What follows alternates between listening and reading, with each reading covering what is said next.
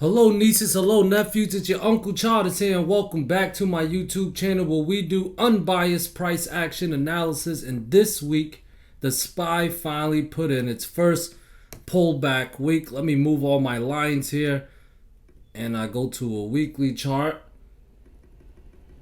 As you guys know, in the weekly chart, each candle represents 1 week. And look how many green weeks we had in a row. 1, 2, 3, 4, 5 green weeks in a row. And after 5 green weeks, we finally got a pullback with the weekly candle, an inside weekly candle. So hopefully you guys know about this trade setup. But when we have an inside candle, the candle that it's within the range of, that's called the mother candle. And the high of the mother candle is 443.9. We can round it to 444.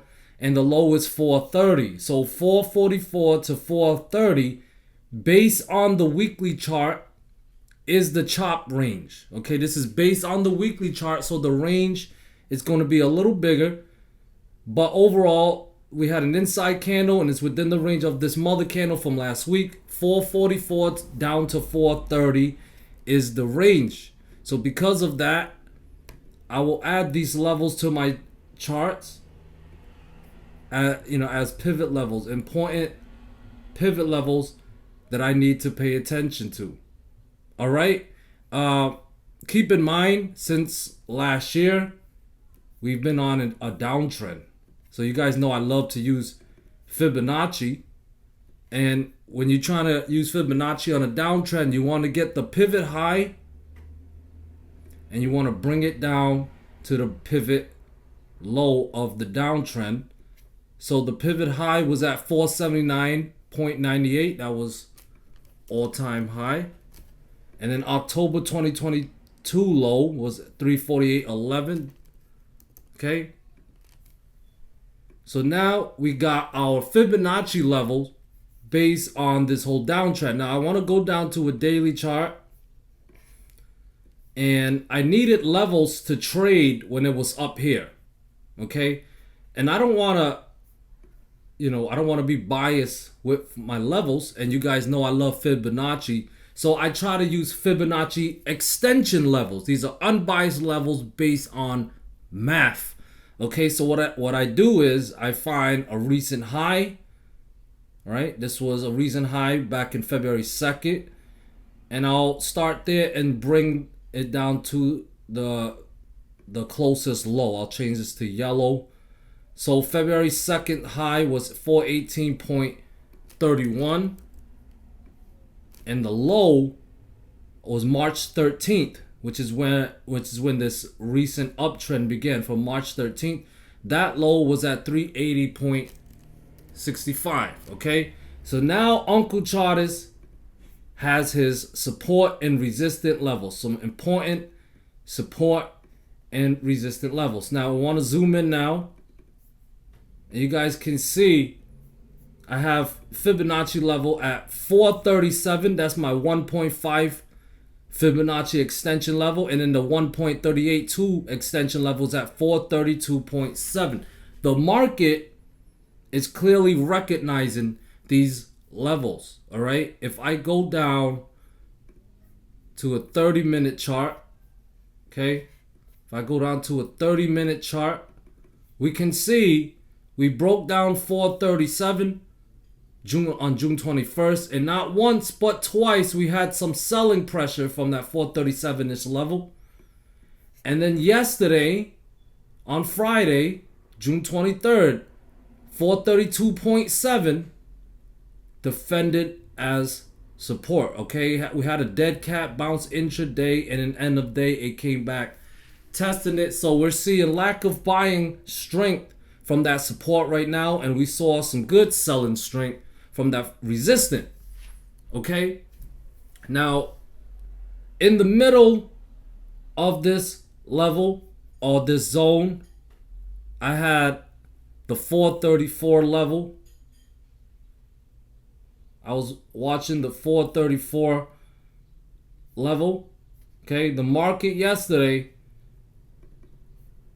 tested, broke down this level yesterday, tested as resistant, recaptured it, gave us a false breakout setup, broke it down, tested as resistance. So the market is recognizing we're getting some activity from that 434 level, okay? But overall, based on my Fibonacci levels, we put in the first pullback. That's great. We got the range on a weekly chart, 444 to 430. But based on my Fibonacci level, we got a double top from 437. We had some buying pressure from 432.7. All right. So that, for me, I want to see the break of this range for next week. All right. In my opinion, a breakdown of 432.7 would be fairly bearish and obviously would continue the pullback. All right, guys. You guys seen on the weekly chart, we had 5 green weeks in a row. We are still putting in higher highs and higher lows since March 13th, since October 2022, actually. Okay. This is why I'm using the term pullback. If we go to a 30-minute chart, you can see the pullbacks coming in the form of a descending wedge. All right, you want to call it a bull flag, whatever. It's the same principle. I'm calling it a descending wedge, but it's the same concept and principle. All right, these patterns are continuation patterns or pullback patterns, and based on this pattern, I was watching 432.7 on the daily chart, bigger time frame, but on a smaller time frame, at least for Monday, a breakdown of 432 would be very bearish, and a breakdown of this descending triangle. Okay, a recapture of 434, breakout of 434, actually 434.5 from Monday morning would break this out. Okay, now if it continues to base until the afternoon, then the breakout would be around 434. So overall, 434 to 434.5 zone, we'll give it a zone. That needs to break out Monday if you want to see a breakout of this wedge pattern here. Okay, below 432 or 432.7 based on my fib level would be very bearish, and that will put 430 in play. As mentioned, that was the low of the mother candle. Okay, and there's also the golden zone, my 61.8 fib level. As mentioned, I had fib level from all-time high down to October 2022 low. That 61.8 fib levels at 429.6. That's the level that bulls must hold on any pullback based on Fibonacci levels. Okay, because above the golden zone is bullish, but if it breaks back below, that will be one hell of a false breakout setup. And you guys know the false breakouts is very bearish setups, guys. All right, and one more thing to identify a critical level. So for March 13th low, I had an uptrend line here. All right, I'll change it to pink. Okay, start from March 13th low, May 4th low. We had a false breakdown on May 24th, but it also tested May 26th low, and it pushed all the way up. Another test of it would be around 425.5 on Monday.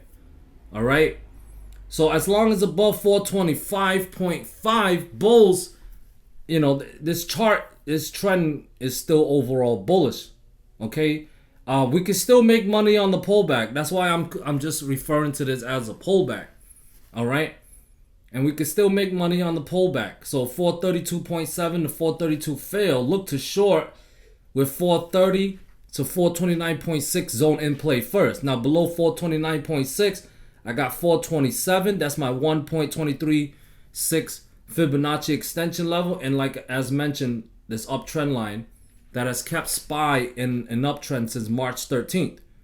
All right, 425.5 is the important level that must hold. All right, so I mentioned a lot of critical levels here, but like I said, all we're trying to do is react. That's the point of this video.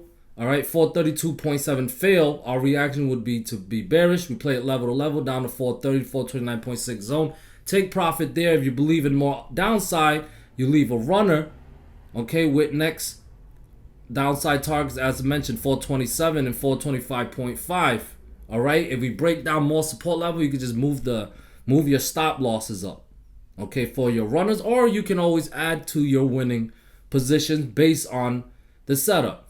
All right, now obviously below 425.5, I would favor that bears are taking back control, and the uptrend since March 13th low would be over.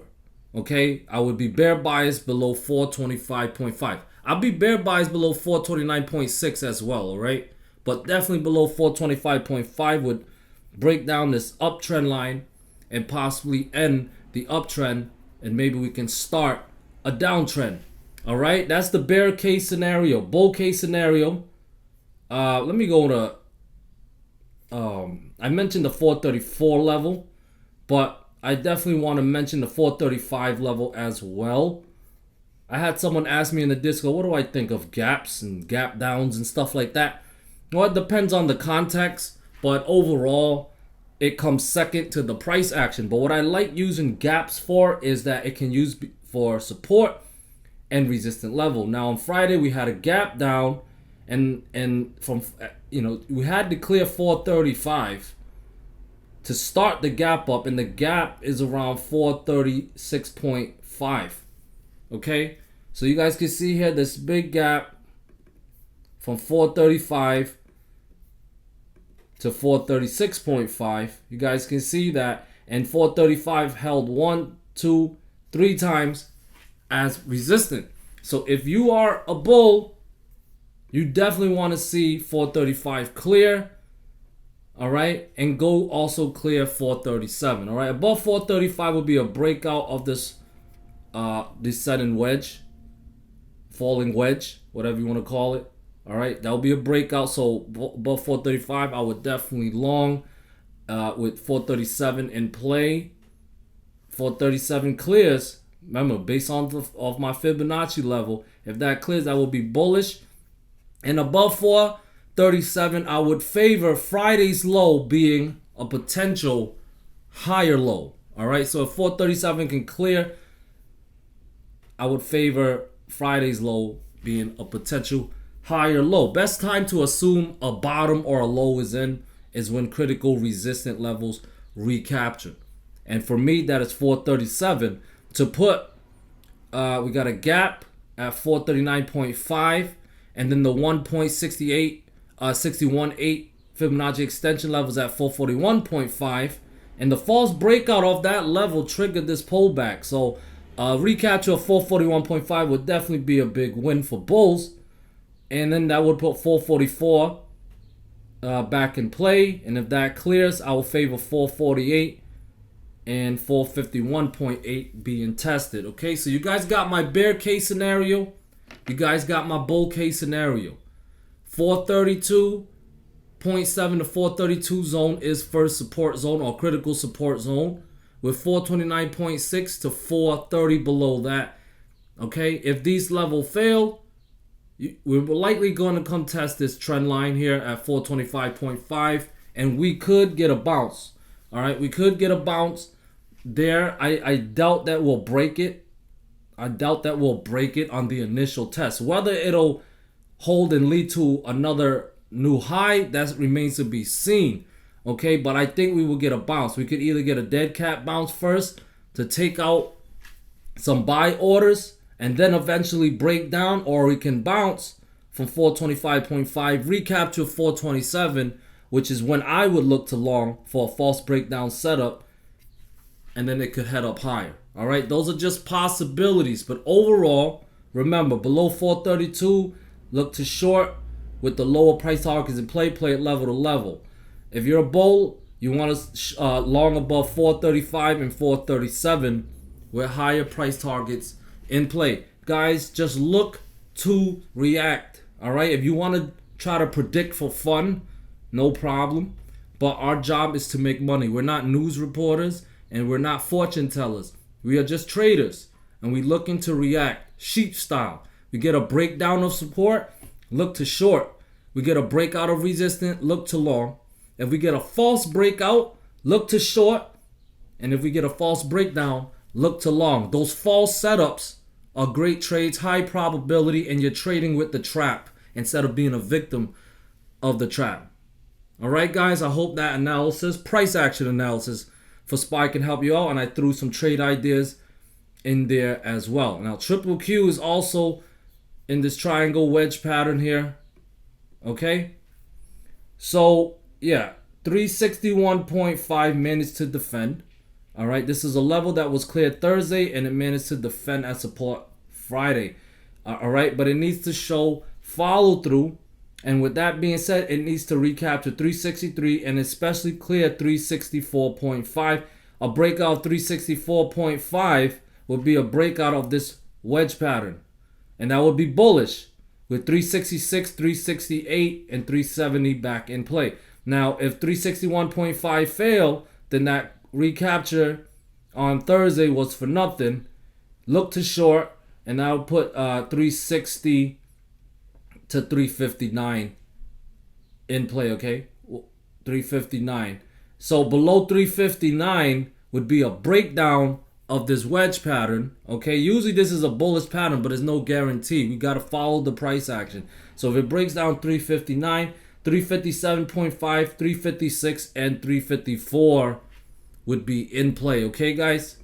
IWM, I'm overall bearish on IWM, and I would like to see 179.6 fail as support to trigger more downside to put 175 and 172 in play. If you want to be bullish, you need to see 182 and 183.3 recapture to put higher price targets in play, 187 and 190-ish plus. Unless we recapture 182 and 183.3, I would stay bearish on the IWM. Apple, there's still nothing bearish about this chart. I need to see a reason to go bearish. I need to see it.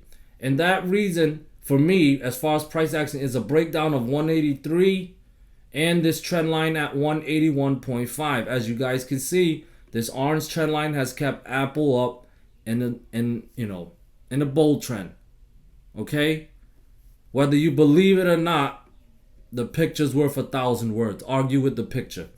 But if we break down that trend line finally, 181.5, I would definitely be bearish. Of course, you'll have to look up for a false breakdown setup. But it will definitely be bearish if it shows follow through with 176 or lower in play. Otherwise,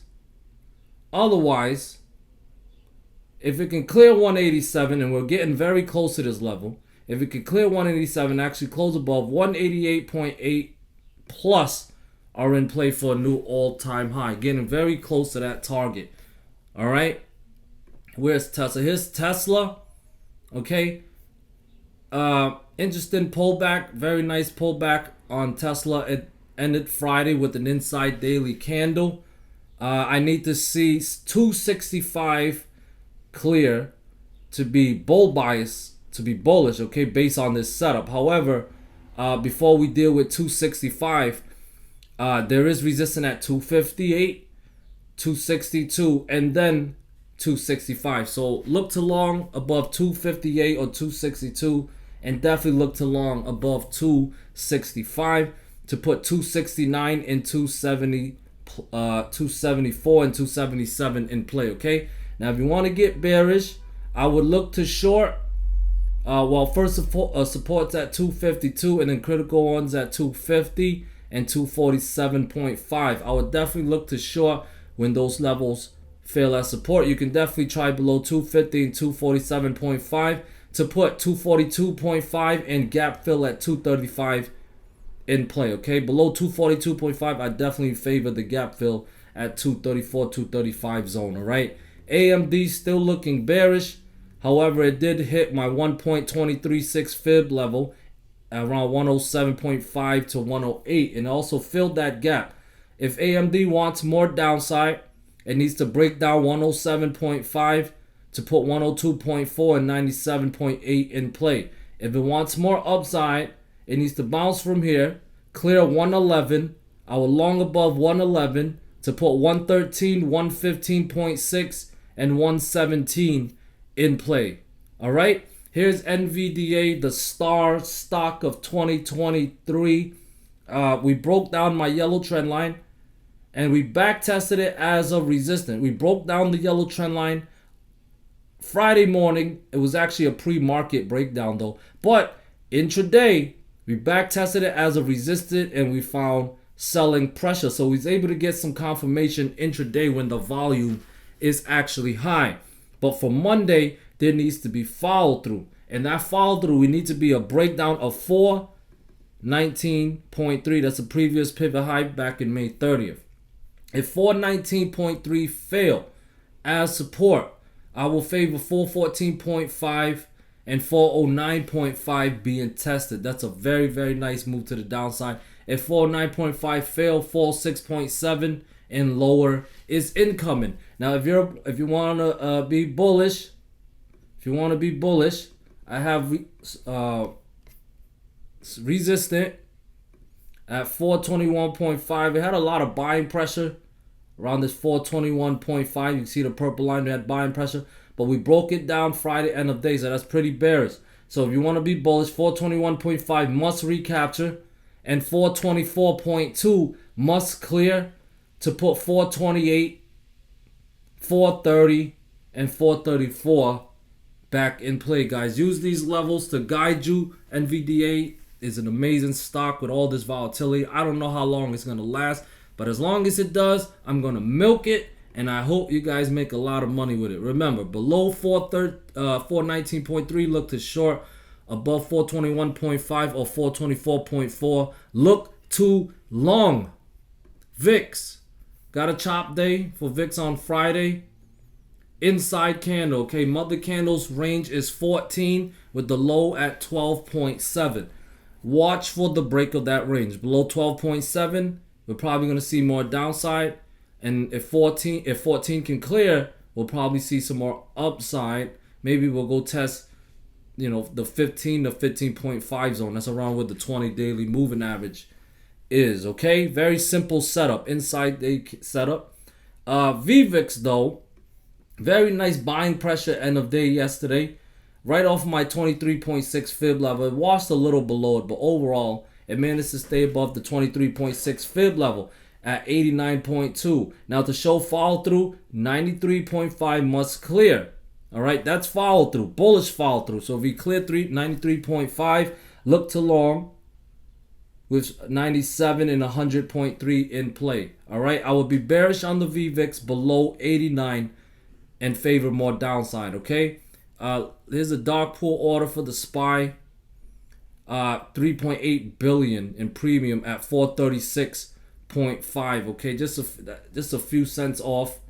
Very close to my 437 level, and also happens to be where the gap is. All right, so we can fill that gap and break that gap. That will be bullish. Otherwise, that's bearish. All right, exhaustion gap is what is usually referred to, or something like that. But yeah, can't get bullish or fully bullish unless we get above that dark pool order. Option flow, SPY. 500K premiums or above. Majority, 99% inputs. All right, and the numbers are aggressive. Inputs. Could they be right this time? Look at QQQ actually switching over to bullish this time. Majority block orders though. All right, block orders are usually institutions. And a lot of these calls are for 2024. Far out, expiration dates are pretty far out. IWM, majority inputs, 82%. NVDA, majority in calls to the upside. AMD, 100% of puts, but only 700 puts, so doesn't mean much in my opinion. Apple, nobody. Oh, did I do that right? Apple, there we go. 90% in the puts. Tesla, 71% in the calls. And here is the VIX, 100% in the calls. So can they finally be right? Because the VIX is just whack. But maybe we break above 14. Yeah, definitely I would be bullish. Okay, you think the VVIX have anything? VVIX has nothing. All right, guys. Thank you guys so much for your time and for watching Uncle Charters. If you want more content from Uncle, definitely consider joining my Discord. I would love to serve you guys at a higher level. I am a servant. Uncle Charters is a servant, and I take pride in that. And I hope you guys join. But if not, hope you guys enjoyed the video, found value in it, and I'll talk to you guys next week. Peace.